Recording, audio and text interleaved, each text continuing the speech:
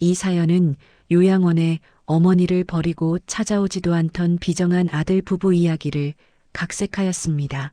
그럼 시작하겠습니다. 요양원으로 가는 차 안은 조용했습니다. 창밖을 바라보는 말순의 손은 무겁게 내려앉아 있었습니다. 아들은 운전대를 잡은 채 아무 말도 하지 않았고 며느리는 휴대폰을 내려놓지 못했습니다. 말순은 그 모습을 가만히 바라보다가 조심스레 입을 열었습니다. 얼마나 있어야 하니? 며느리는 딱딱한 말투로 짧게 답했습니다. 어머니, 잠깐이에요. 몸이 편해지실 때까지만요. 그러나 말순은 그 말 속에 따뜻함이 없다는 것을 바로 느꼈습니다. 그녀의 마음은 조용히 식어갔습니다. 차 안의 공기는 이미 결정을 끝낸 사람들의 공기처럼 차갑고 단단했습니다. 요양원 앞에 차가 멈췄습니다. 건물은 깔끔했지만 말순에게는 낯선 세상이었습니다. 아들은 억지로 미소를 지으며 문을 열었습니다. 어머니, 여기 시설 좋아서 며칠만 적응하시면 편하실 거예요. 말순은 그의 얼굴을 살폈습니다. 그 눈빛에는 걱정보다는 책임을 내려놓는 안도가 더 크게 보였습니다. 그 사실이 말순의 가슴을 서늘하게 했습니다. 서영은 가방도 들어주지 않은 채 서둘러서 요양원 직원에게 인사를 건넸습니다. 말순은 걸음을 옮기며 생각했습니다. 저 아이가 내 등에 엎여 울던 날이 엊그제 같은데 이젠 나를 보낼 마음만 남았구나. 요양원 직원이 서류를 정리하는 동안 말순은 의자에 앉아 두 사람을 바라봤습니다. 둘은 어떤 말도 하지 않았습니다. 그 침묵이 오히려 말순의 마음을 더 흔들었습니다. 잠시 뒤 직원이 말했다. 이제 가셔도 됩니다. 생활은 저희가 잘 도와드릴게요. 말순은 마지막 기대를 걸고 아들을 바라봤습니다. 그러나 진호는 눈을 피하며 짧게 말했습니다. 어머니, 조만간 또 올게요. 그 말은 너무 가벼웠습니다. 서영도 덧붙였습니다. 필요한 거 있으면 연락 오겠죠. 어머니도 적응 좀 해보세요. 그들은 오래 머물지 않았습니다. 계단을 내려가는 발걸음은 지나치게 가벼웠고 뒤돌아보지도 않았습니다. 방문이 닫히고 말순은 혼자 남았습니다. 방은 단정했지만 마음은 텅 비어 있었습니다. 창밖을 바라보자 멀리 아들과 며느리가 타고 간 차가 빠르게 사라졌습니다. 그 속도처럼 관계도 멀어졌다고 느껴졌습니다. 말순은 작은 침대에 천천히 앉았습니다. 가슴 깊은 곳에서 어떤 감정이 올라왔습니다. 슬픔이 아니라 한 번도 느껴보지 못한 배신감이었습니다. 평생을 저 아이에게 걸었는데 결국 이렇게 보내네. 말순의 손등이 약하게 떨렸습니다. 그 떨림은 분노의 시작이 아닌 상처가 만든 깊은 결심의 움직임이었습니다. 해가 기울 무렵 말순은 천천히 방안을 정리하며 작은 상자를 꺼냈습니다. 그 안에는 오래된 가계부와 메모지, 남편과 함께 찍은 사진 몇 장이 담겨 있었습니다. 말순은 천천히 사진을 쓸었습니다. 남편의 따뜻했던 얼굴을 보며 속삭였습니다. 당신 나만 믿으라 했지. 이 아이들 결국 이렇게 크는구나. 눈물이 맺히려는 순간 그녀의 눈빛이 천천히 변했습니다. 약해진 눈동자가 아니었습니다. 오히려 단단하고 침착한 빛이 자리했습니다. 그래, 날 버렸다면 나도 마음을 버려야지. 그녀는 조용히 메모장을 펼치며 새로운 글을 적기 시작했습니다. 그 순간 말순의 인생 두 번째가 시작되고 그 끝에는 그녀만의 복수가 서서히 모습을 드러내기 시작했습니다. 요양원의 밤은 조용했습니다. 복도 불빛이 희미하게 비추는 가운데 말순은 작은 책상 앞에 앉아 메모장을 펼쳤습니다. 편지처럼 보이는 글을 몇 줄 적었다 지우고 다시 천천히 써내려갔습니다. 할 말은 많지만 입으로는 못하겠다.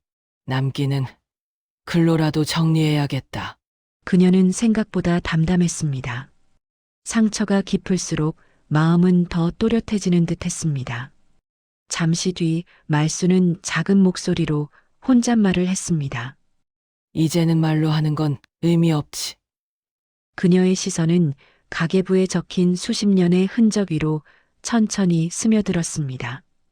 남편과 함께 모았던 돈, 그 돈으로 지은 작은 임대 건물, 그리고 그 건물을 아들에게 숨긴 이유까지 모두 떠올랐습니다. 그 기억은 쓸쓸했지만 결심은 명확했습니다. 다음 날 오전 말수는 요양원 원장을 조용히 찾았습니다. 원장실 문을 두드리자 김 원장이 반갑게 맞이했습니다. 강 어르신 무슨 일 있으신가요? 말수는 주머니에서 봉투 하나를 꺼내 책상 위에 올렸습니다. 그 안에는 오래된 건물 서류 사본과 메모가 담겨 있었습니다. 이걸 좀 맡아주셔요. 아들한테는 아무 말도 하지 말고요. 제가 정리를 조금 해야 해서요.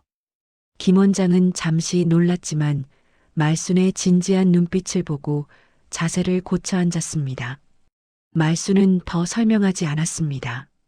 대신 마음속에서 오래 준비해온 결정이 차분히 자리하고 있을 뿐이었습니다. 그녀는 원장에게 굳이 긴 설명을 하지 않았습니다.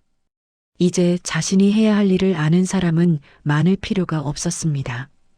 방으로 돌아온 말수는 휴대폰을 꺼내 오랫동안 저장해 두었던 번호를 찾았습니다. 남편이 세상을 떠난 뒤 한 번도 쓰지 않았던 번호였습니다. 그 번호는 평소 거래하던 변호사의 번호였습니다. 손이 약간 떨렸지만 말수는 문자 한 줄을 적었습니다. 선생님, 강말순입니다. 상담을 받고 싶습니다.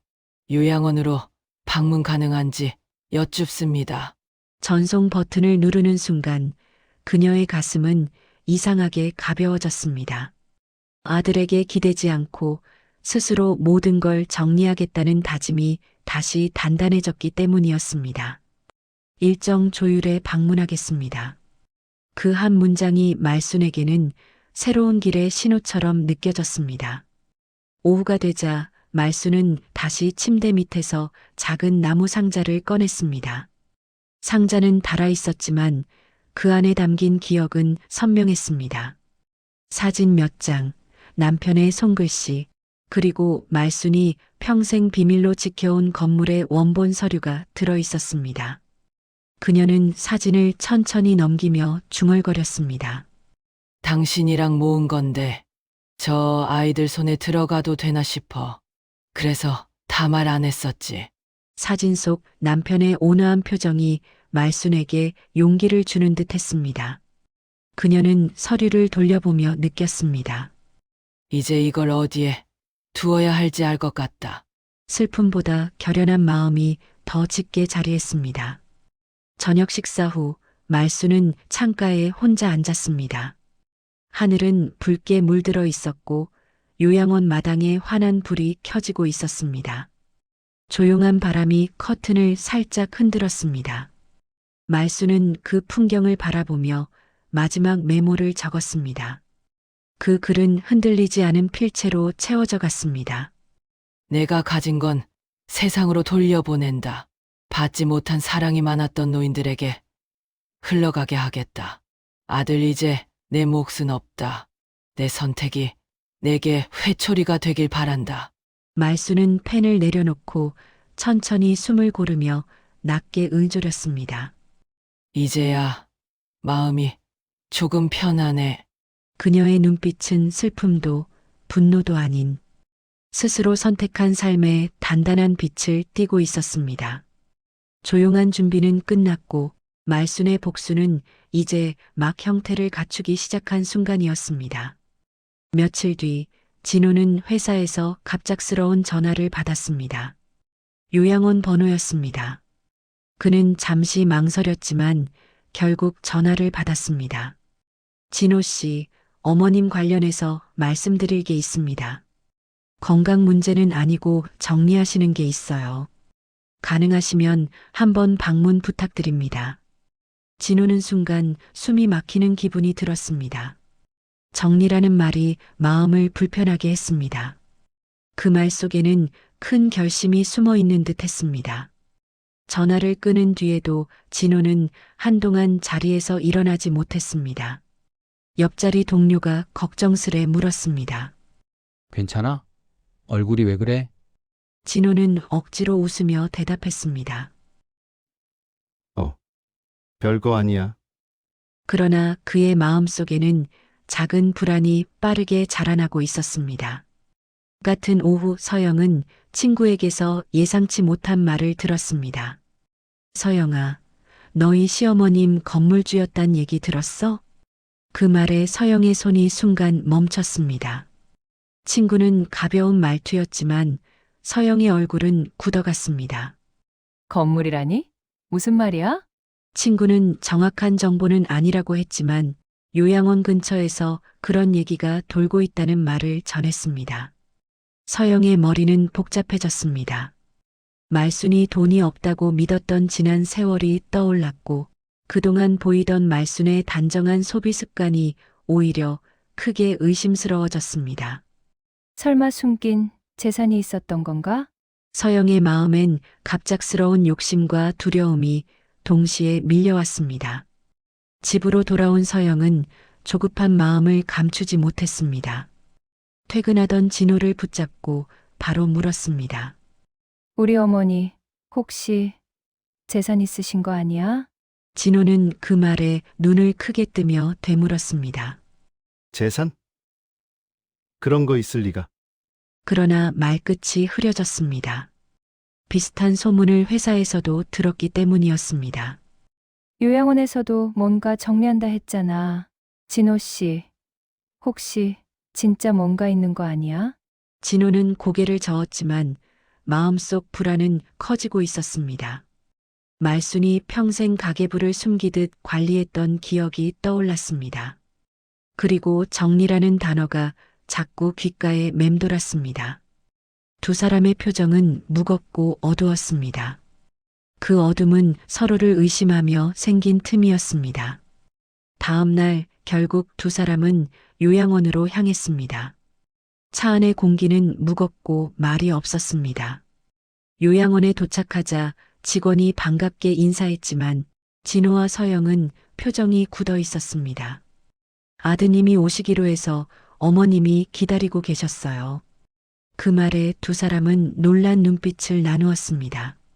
말순이 기다린다는 사실이 오히려 낯설게 느껴졌습니다. 그동안 오라 해도 오지 않았던 자신들이 떠올랐기 때문이었습니다. 복도를 걸으며 두 사람의 걸음은 어색했고 서영은 손에 땀이 차는 것을 느꼈습니다. 혹시 정말 뭐가 있는 건가?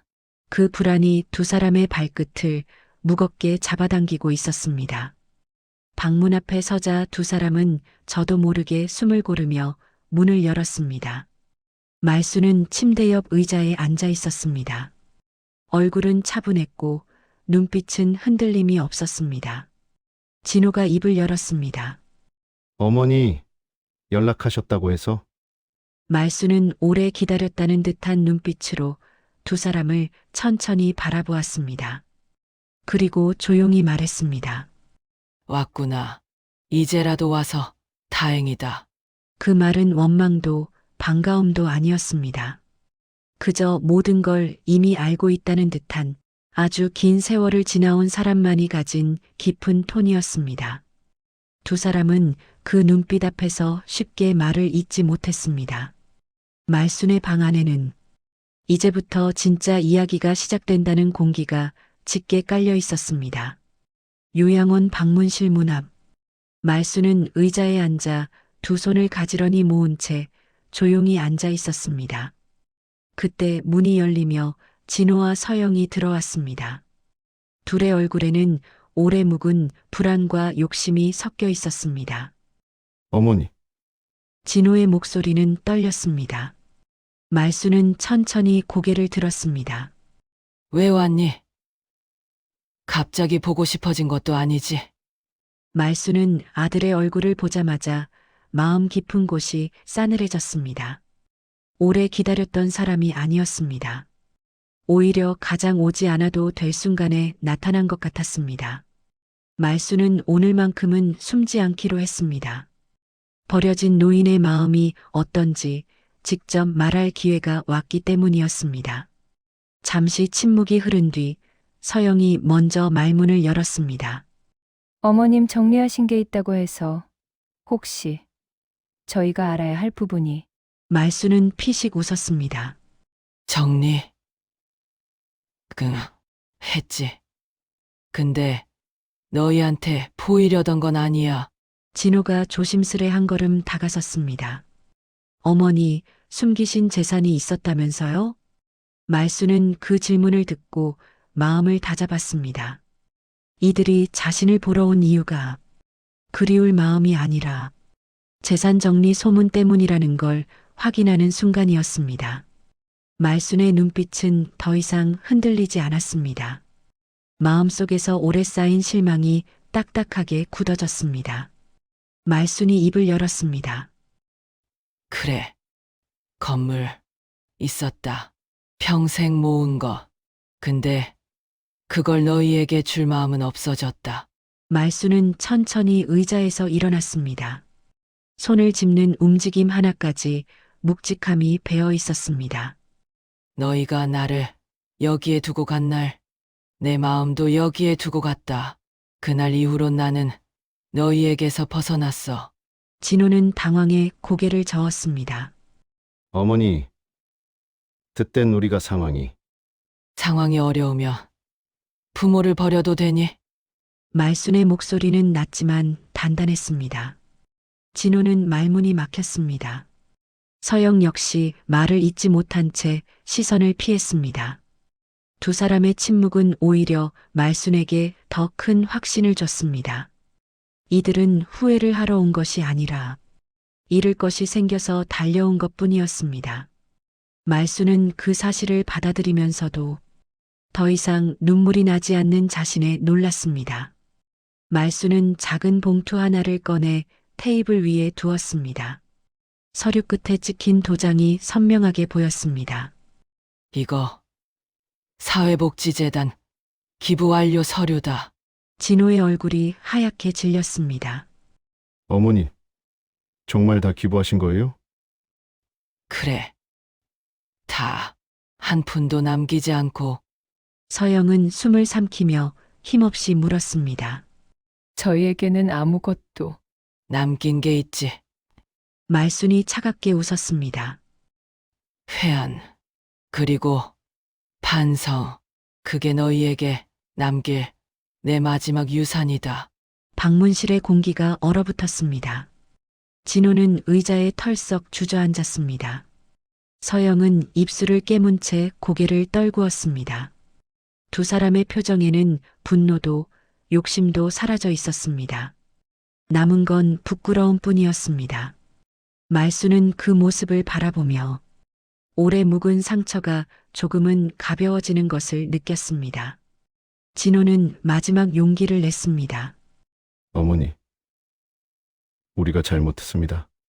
정말 너무 늦었죠? 말수는 잠시 눈을 감았다가 천천히 고개를 끄덕였습니다. 늦었지. 하지만 이제라도 안 오는 것보단 낫다. 서영은 울먹이며 말했습니다. 어머님 죄송합니다. 말수는 두 사람의 눈물을 보며 묘한 감정이 스쳤습니다. 미움도 연민도 아닌 그냥 오래된 가족의 잔상 같은 감정이었습니다. 그러나 돌아가진 않았습니다. 이미 너무 많은 시간이 지나 있었습니다. 말수는 이제 자신을 위해 살기로 했습니다. 말수는 의자에서 일어나 문을 향해 걸었습니다. 내 선택은 바뀌지 않는다. 너희도 이제 너희 방식대로 잘 살아라. 그 말은 잔인하지 않았습니다. 오히려 많은 것을 내려놓은 사람의 목소리였습니다. 문이 닫히자 진호와 서영은 그 자리에서 조용히 울었습니다. 그 눈물은 재산을 잃은 슬픔이 아니라 부모를 잃어버린 늦은 깨달음의 눈물이었습니다. 요양원 상담실은 고요했지만 그 고요함 속에는 서로 다른 심장이 빠르게 뛰고 있었습니다. 말순의 사회환원 선언을 들은 뒤 진호와 서영은 한동안 말을 잇지 못했습니다.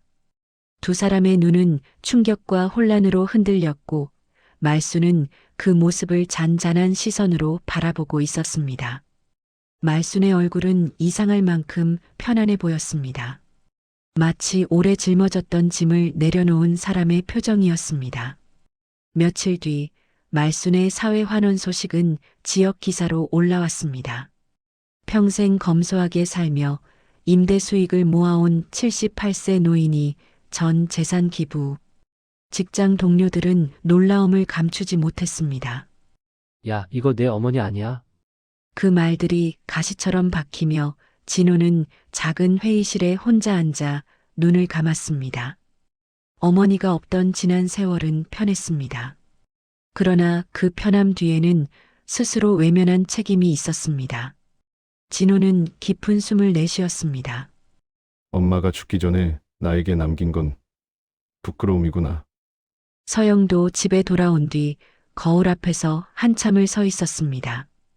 욕심이 만든 표정은 얇았고 그 안에서 비친 자신은 초라했습니다.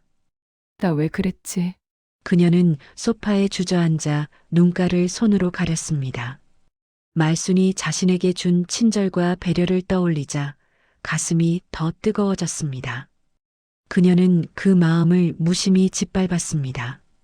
그리고 그 대가가 지금 돌아온 것이었습니다.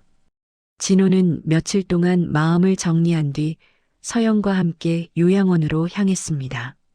차 안은 조용했습니다. 창문 밖으로 빠르게 스치는 풍경은 마치 시간이 너무 늦었다고 말하는 듯 했습니다. 그러나 두 사람은 포기하지 않았습니다. 늦었더라도 가야 했습니다. 이제라도 마음을 보여야 했습니다. 요양원 정문 앞에 도착했을 때 진호는 깊은 숨을 들이마셨습니다. 손은 떨렸지만 눈빛만큼은 지난번과 달랐습니다. 말순은 작은 정원 의자에 앉아 겨울 햇살을 받고 있었습니다. 진호와 서영이 모습을 드러내자 말순은 고개를 들었습니다. 그들의 얼굴은 긴 후회의 시간 속에서 이미 많이 변해 있었습니다. 말순은 천천히 입을 열었습니다. 왔구나, 이제야. 진호는 고개를 숙이며 떨리는 목소리로 말했습니다. 엄마, 미안해요. 그땐 정말 제가 어리석었어요. 서영도 따라 고개를 숙였습니다. 어머니 저도 죄송해요. 이제야 마음이 보이네요. 말순은 두 사람을 한참 바라보았습니다.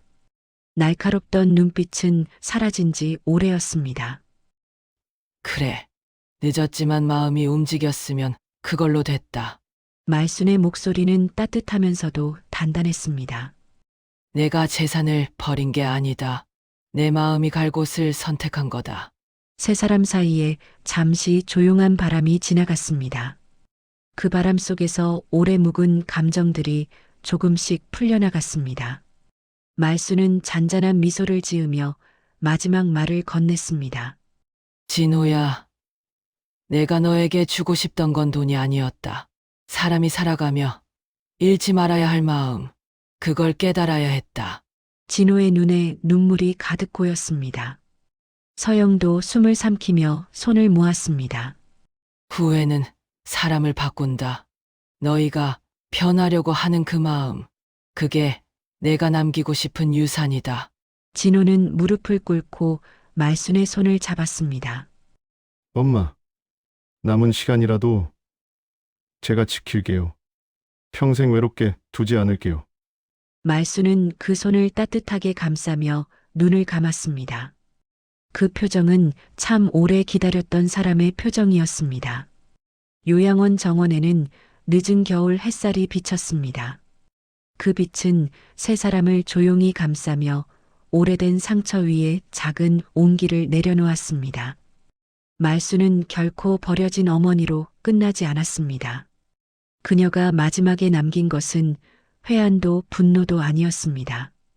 진짜로 남은 것은 사람을 바꾸는 힘, 그리고 마음으로 남는 유산이었습니다. 인생의 마지막은 재산이 가는 방향으로 끝나지 않습니다. 마음이 머물렀던 곳으로 끝납니다. 누군가에게 버려진 날이 있었더라도 그날이 곧 끝이 되는 것은 아닙니다. 사람의 마음은 늦게라도 돌아오면 그 자체로 의미가 있기 때문입니다. 우리가 평생 쌓아 올린 것들 중 진짜 남는 것은 돈도 집도 건물도 아닙니다. 함께했던 기억, 내가 보인 마음, 그리고 누군가를 바꿀 수 있는 깨달음이 진짜 유산이 됩니다.